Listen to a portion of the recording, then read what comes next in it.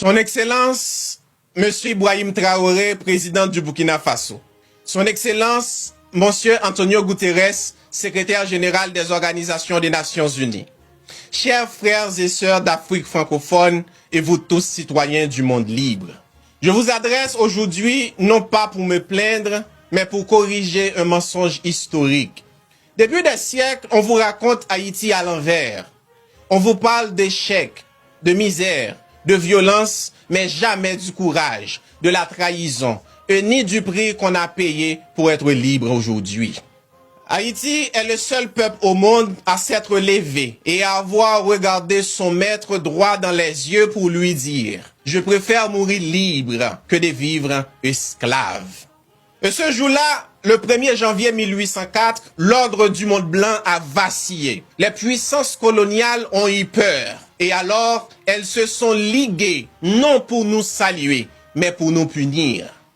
On ne vous l'a pas dit, mais ce que vous appelez aujourd'hui l'échec haïtien est en réalité un châtiment planifié, financé et imposé. Aujourd'hui, je viens vous révéler ce que l'histoire a effacé. Pas pour réécrire le passé, mais pour une fois, le monde entier entend la vérité depuis la bouche d'un Haïtien. Ce que vous allez entendre, ce sont des faits, des actes, des décisions politiques, militaires, économiques, prises par les puissances impérialistes, notamment la France et les États-Unis, qui expliquent pourquoi Haïti a été volontairement maintenu à genoux.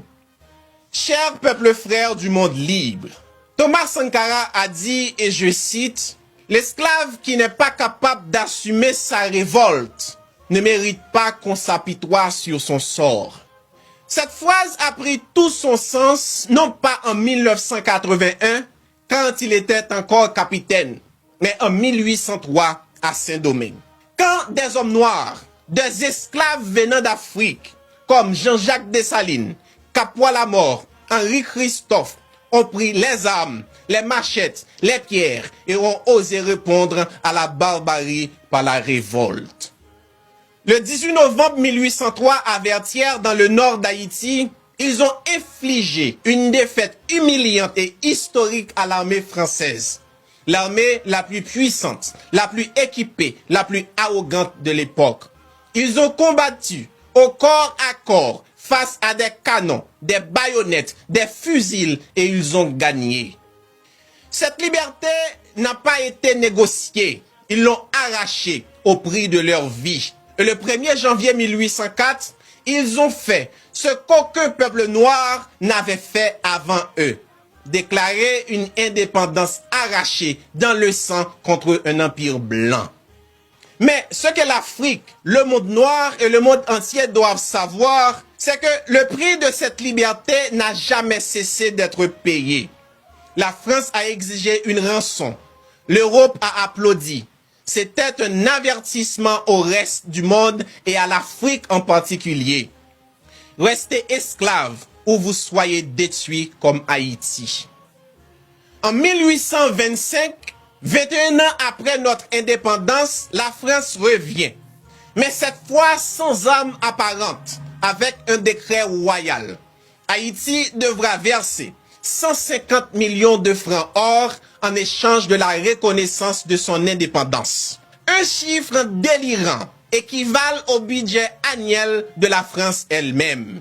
Le gouvernement haïtien refuse bien sûr, mais la France mobilise ses alliés, les États-Unis, l'Angleterre et l'Allemagne, pour imposer un blocus économique.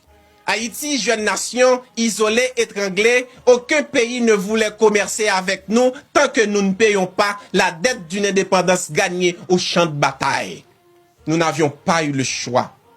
Et le comble de l'humiliation, la France, sans honte, nous prête l'argent pour qu'on la paie. Un vol impérial. Pendant près d'un siècle, 80% des revenus de l'État haïtien partent vers la France. Ce qu'il reste, 20% à peine, ne suffit même pas à nourrir le pays. Mais même cela, maudit qu'il soit, il le trouve encore trop. En 1880, la France exige la création d'une fausse structure souveraine, la Banque nationale d'Haïti. C'est la France qui l'administre, C'est la France qui imprime notre monnaie, c'est la France qui collecte nos impôts et qui gère nos exportations. L'argent du peuple haïtien tiré du café, du sucre, du cacao ne reste jamais en Haïti. Il prend officiellement, légalement, froidement le chemin de Paris. Et quand la France sent sa domination menacée, elle invite deux autres bêtes sauvages à la table.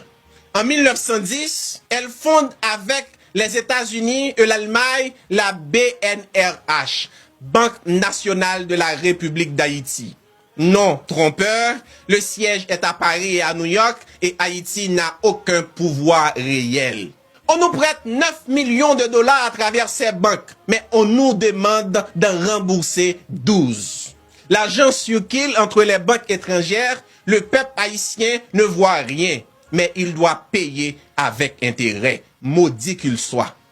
Pour justifier leur présence, ils créent une instabilité déguisée. Entre 1900 et 1915, 7 présidents haïtiens sont renversés au gré des intérêts impériaux. Chaque président soutenu par une puissance est saboté par les deux autres. Haïti devient un pion sur un échiquier géopolitique, un laboratoire de pillage. Mais ce qui allait produire en décembre 1914 allait dépasser toutes les limites. Un braquage pur et simple en plein jour par une puissance étrangère dans notre capitale, Port-au-Prince, Haïti. À la veille de la Première Guerre mondiale, Haïti est en ruine. Le pays est en exsangue, écrasé par une dette imposée, contrôlée par des banques étrangères, livré à une guerre d'influence sans nom. Derrière le rideau, 3 puissances impériales se disputent notre dépouille. La France, l'Allemagne et les États-Unis.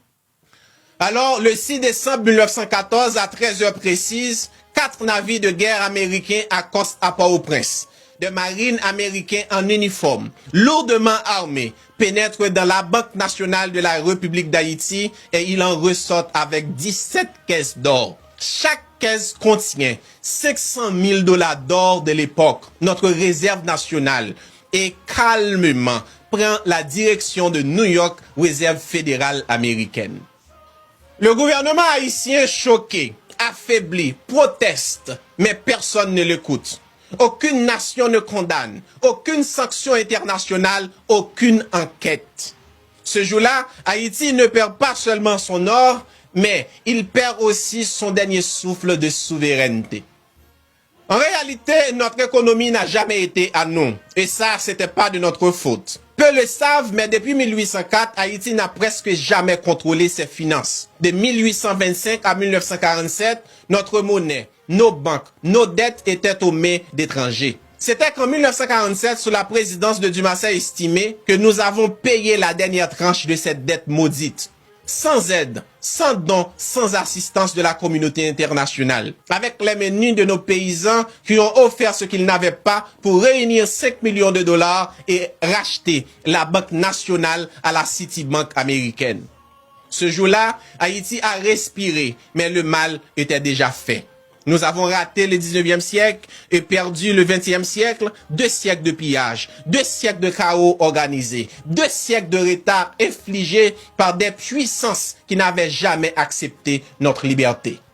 Alors, on a attendu. On s'est dit que peut-être un jour, l'histoire nous offrirait une nouvelle chance.